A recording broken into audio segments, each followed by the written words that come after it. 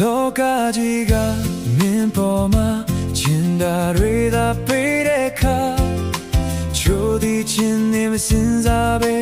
မင်းစားလိုက်စမ်းပါလောကကြီးကမင်းပေါ်ကိုညာချင်လာအောင်လုပ်ခဲ့ရင်ပြောစရာတွေကိုတွေးတော့ပြီးအငွေလိုက်စမ်းပါဒီလိုပါပဲဒီနေ့သွားမဲ့ပန်းတိုင်းဟာအချိန်တစ်ခုမှာ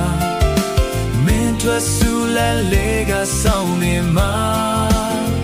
ဒီလိုပါပဲဒီနေ့ရောက်မဲ့ခီကိုကွာအတူသွားမှာငါတငယ်ချင်းမင်းအတင်ထားပါကွာ